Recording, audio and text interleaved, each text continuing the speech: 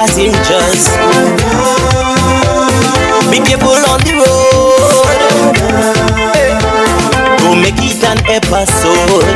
How much more tragedy we have to. Oh man, all right. 8:34 in the studio. Welcome back to our program right here on ZIZ Radio. It's time now for On the Road. We have two familiar faces joining us this morning on the road from Fire. If you tune in, if you're a fan of Fire Talk, which is every Tuesday morning, you've probably seen Mr. Blois and Mr. Clark.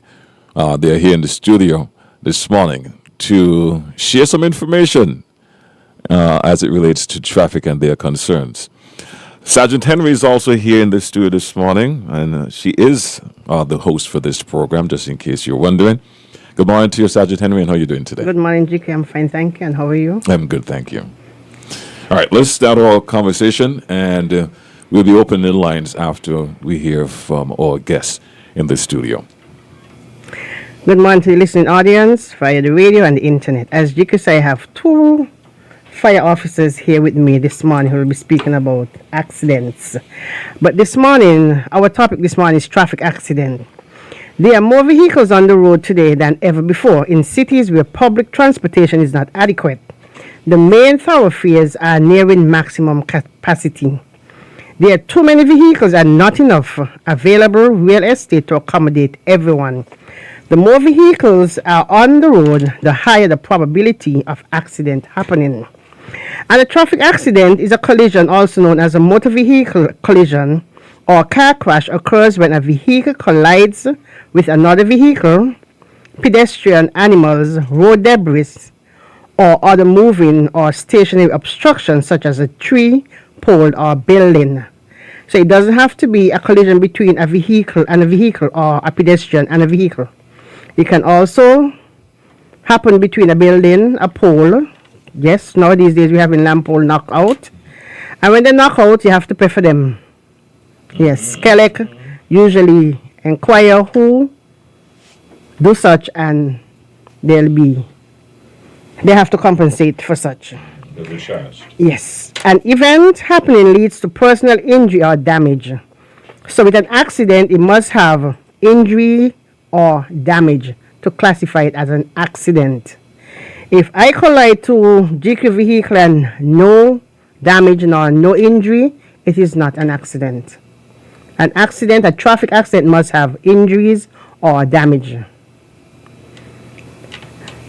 Taken place in an area intended for public transport or generally used for transport, and in which at least one of the involved party has been a moving vehicle.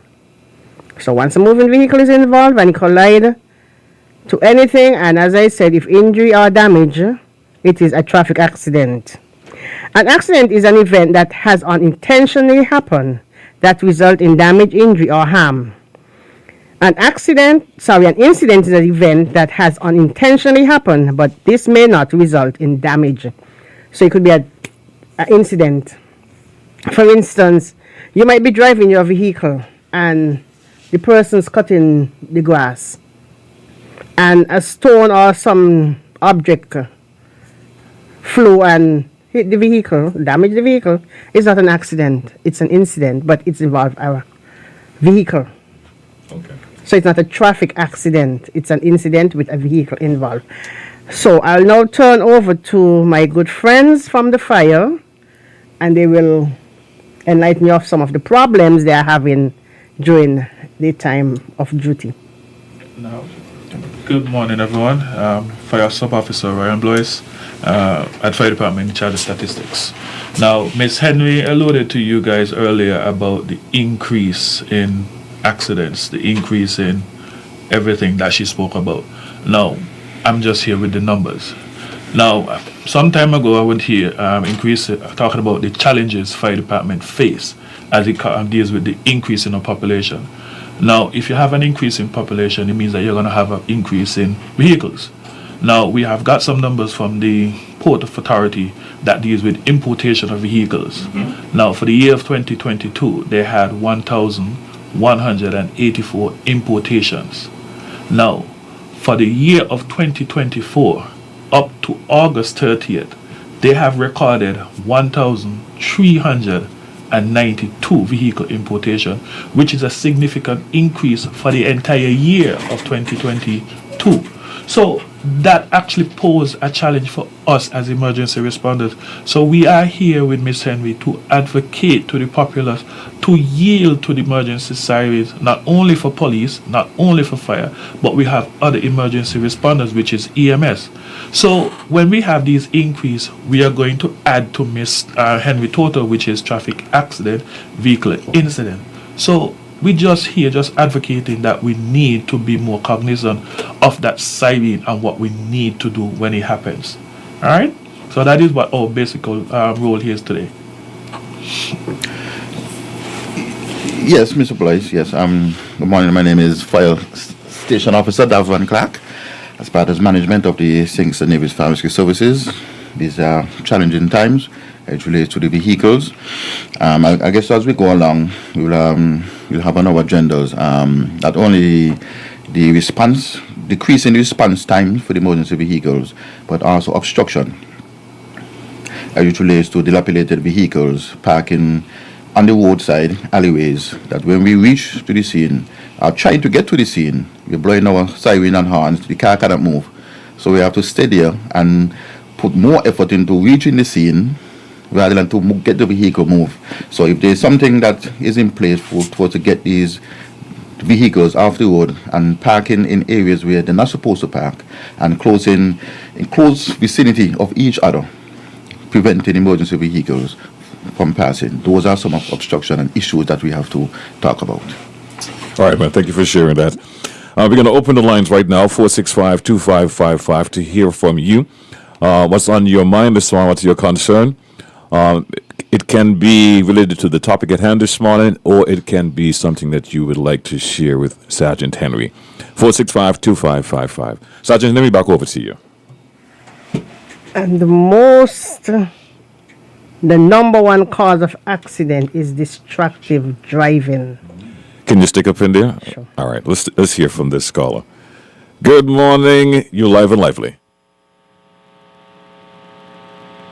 Good morning. Go ahead. You're live. Good morning. You're live. Hey, good morning, JQ. Yes, good morning. Yes, I'm here again. Sergeant Henry, I'm glad I have you there. All this morning, I spoke about the parking at the Coney Island, where persons are allowed to pull off when they're dropping off or picking up person. And I also noticed that you seem to be having to import vehicles, pick up vehicle from there with the touch up. And I know every week you come and you spoke about persons are not allowed to park their vehicle in front of the Coney Island and go inside. You know, so maybe you could speak about that again. Maybe you could give a number if you have it in terms of the amount of vehicles have to be towed away from the in front of the Coney Island. And I'm very that is what you all spoke about the parking of vehicles, because there are too many vehicles that are on the road for a very long time. And I know if it wasn't last year, I think it might have been last year, where I think persons would issue a warning to remove their vehicle, and if they doesn't in a certain time frame, right, you had the right to take their vehicle from off of the government road. So maybe you could refresh my memory on what you had done to that.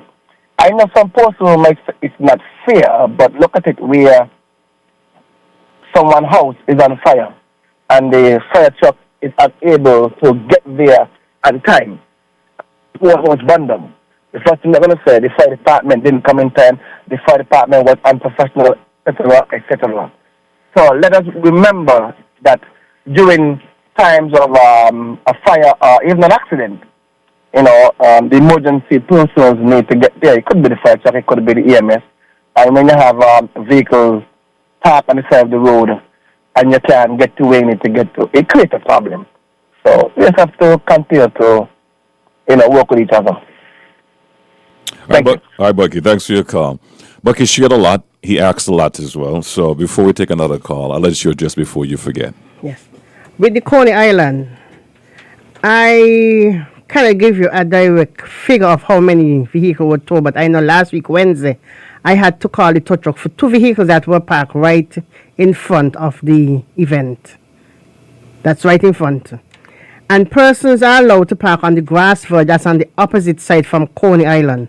No parking should be permitted, or none is permitted in the vicinity of the Coney Island. That is on the eastern side. On the western side, you're allowed to park behind the cones. The towing of vehicles. Yes, we have 2 forms that we issue to persons. One, once you know the individual of that person or the owner, you have 48 hours to remove that vehicle. And then we have a next one, which is 7 days. If we cannot ascertain the owner at that time, we put on the form and we give them 7 days by trying to reach them. If we do not, then we remove that vehicle and we take them over to the cannery dump. All right, Sergeant Henry. And that's in reference to derelict vehicles. Derelict vehicles, All right. yes. All right, 465-2555. For those of you just tuning in, we also have in the studio with us Mr. Blois and Mr. Clark from the Fire and Rescue Services here in St. Kitts and Nevis. Good morning, you're live. Yeah, good morning, GQ, and the officers there. Yes, good morning. Yeah, I have a question. Do you all realize they have a lot of unlicensed vehicles on the road and also unlicensed operators of those vehicles? With so many police in the force, what happened to the resources to be on the street to clean up the street from those unlicensed law-breaking people? And some of them driving the vehicle for years, haven't done any written tests, nor any practical tests. You all need to clean up the street. Too many vehicles every month, both coming with vehicles.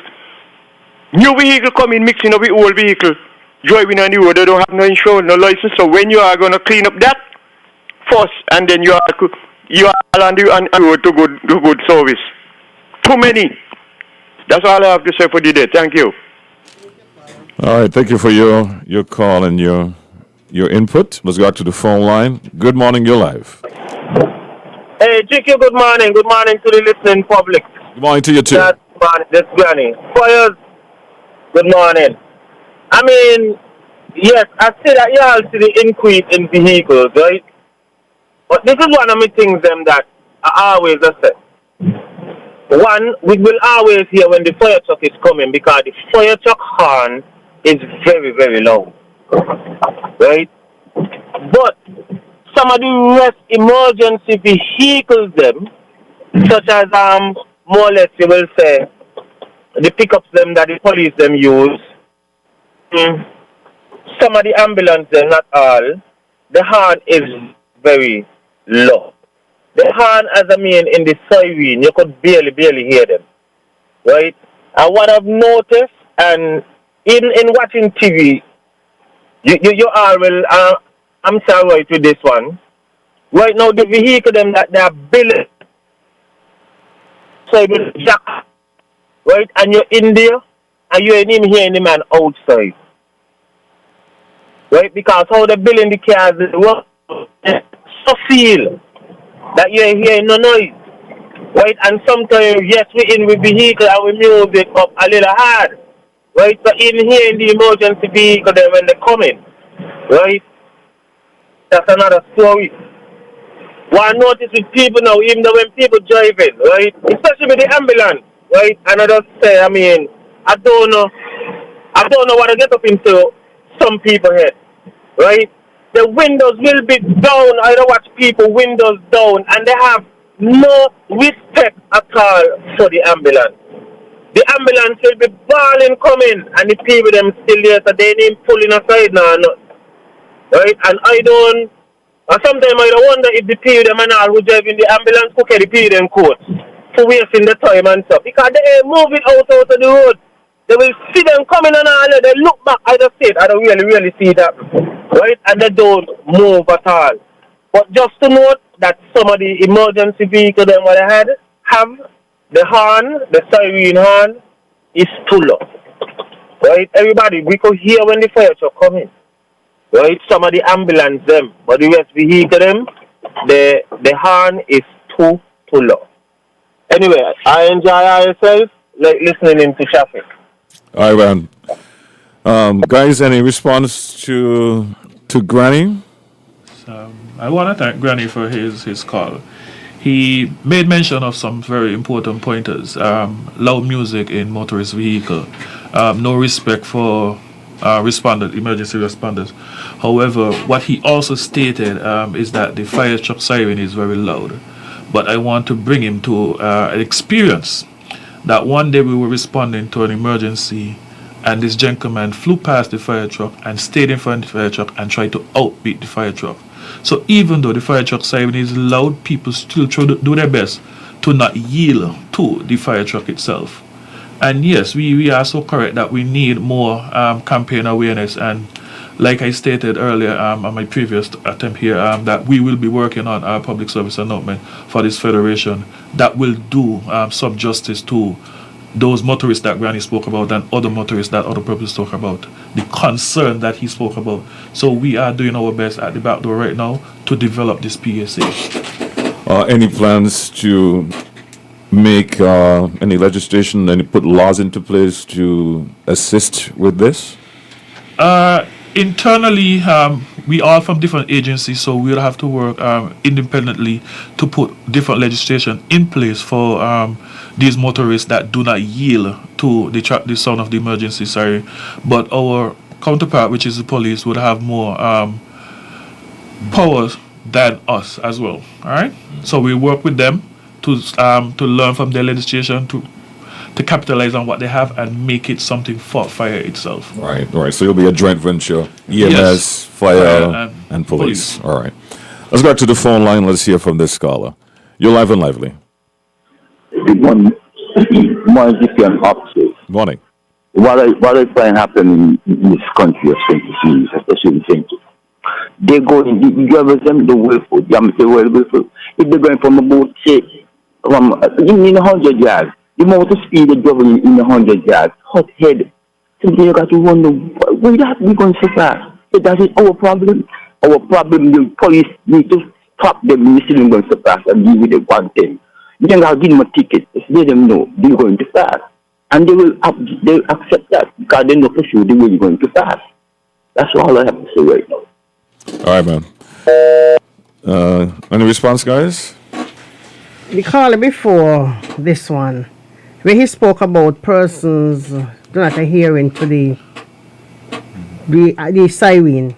There is something that once the driver of such vehicle, whether the fire truck or the ambulance is driving, and the person do not adhere to this, they can get the number, and the person could be summoned.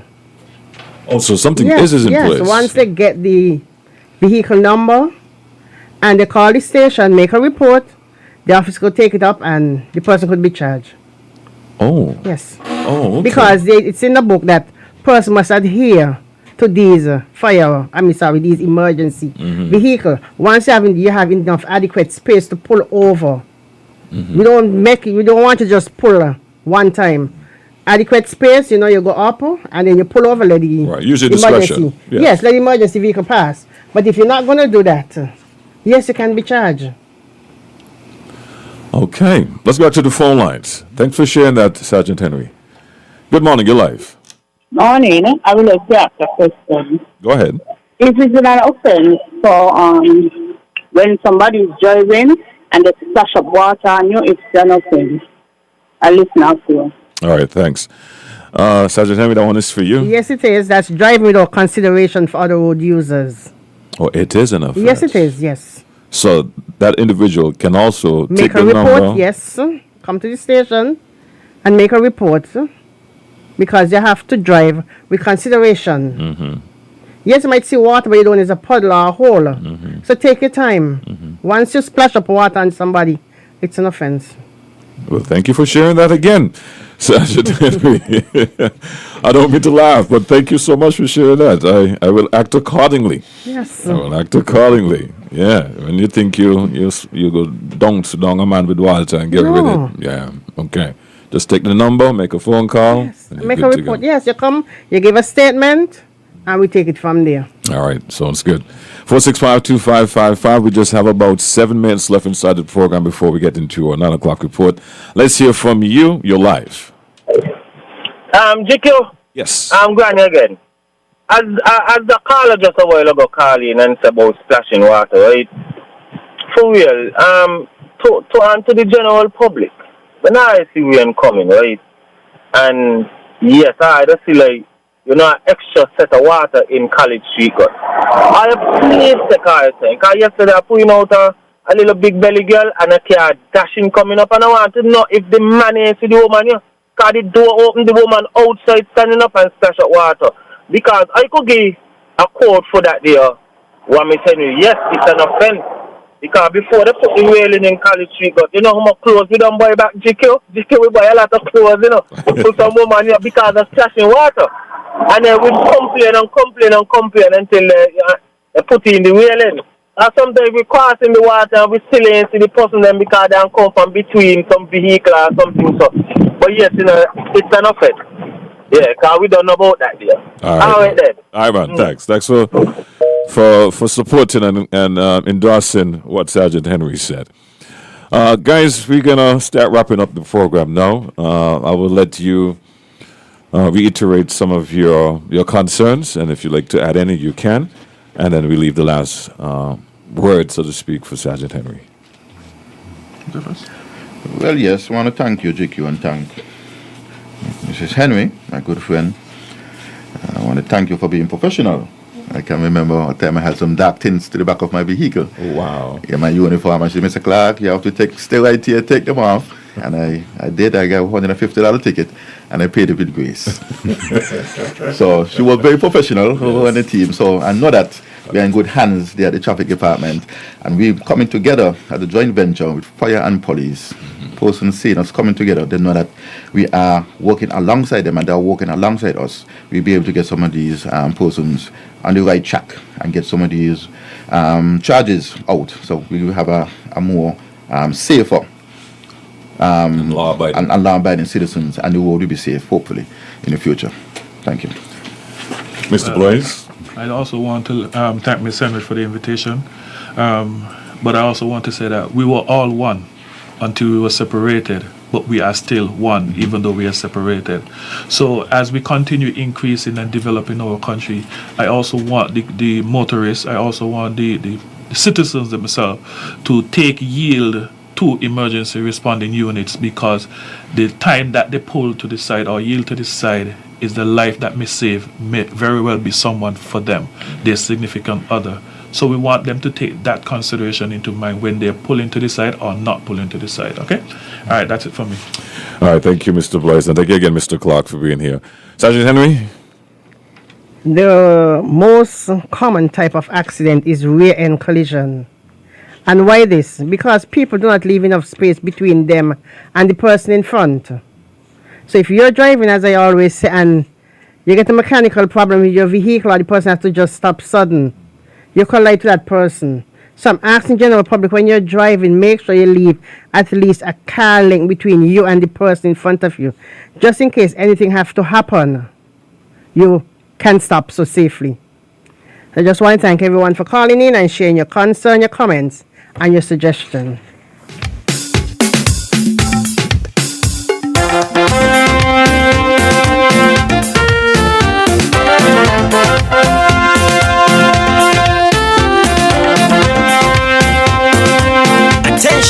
Attention all drivers, I'm begging you to slow it down.